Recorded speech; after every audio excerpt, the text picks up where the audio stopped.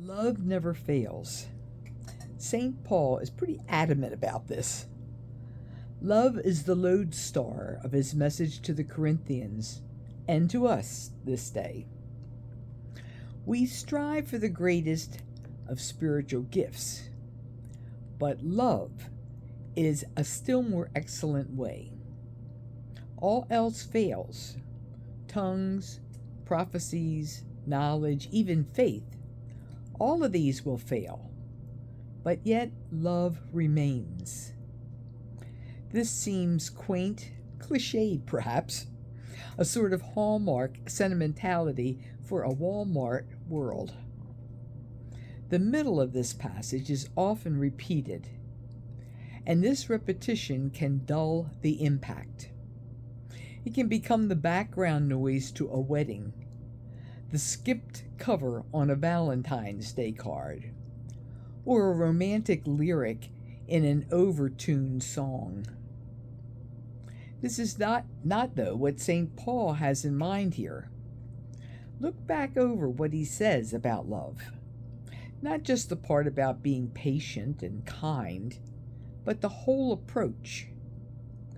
Love is what makes speech not just a clashing cymbal. It's what gives meaning to prophecy and to works of charity and self-sacrifice. Our faith may be enough to move mountains, but without love, it's nothing. Love is what takes us from the present things to the greater things. Love is what brings us to full and perfect knowledge. Not faith, not good works, love. How radical that sounded then, and how radical that sounds today. We can recall that Jesus gives us a simple definition of love elsewhere in the gospel, when he said, "No one has a greater love than this, to lay down one's life for one's friends."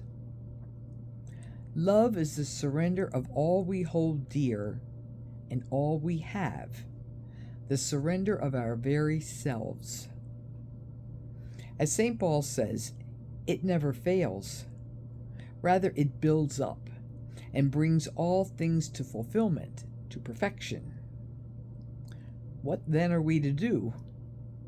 The invitation for us is to critically examine what we do in our lives and why we do these things, and to ask if we do them as loving responses.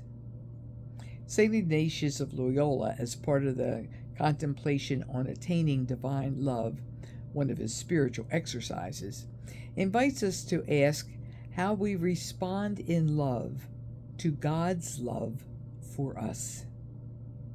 For him, the response is the prayer of self-offering.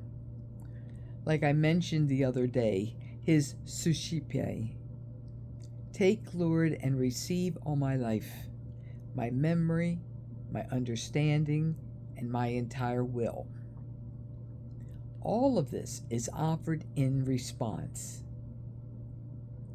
Can I make a similar response in love? And whatever my response, does it come out of a place of love? Do I offer good works out of love for those I serve? That is, do I stand with them as brother and sister? Or am I doing it out of some sense of obligation, or to win an award, or just a habit?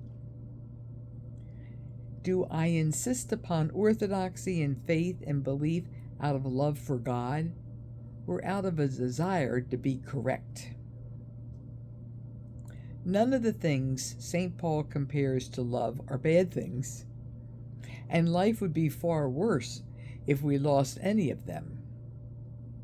And yet, the absence of love, they can and do grow twisted and gnarled. In other words, become clashing cymbals, without the word of love to guide them. And so, we are invited to a deeper sense of love in our lives, to be guided by it. for love never fails. Amen.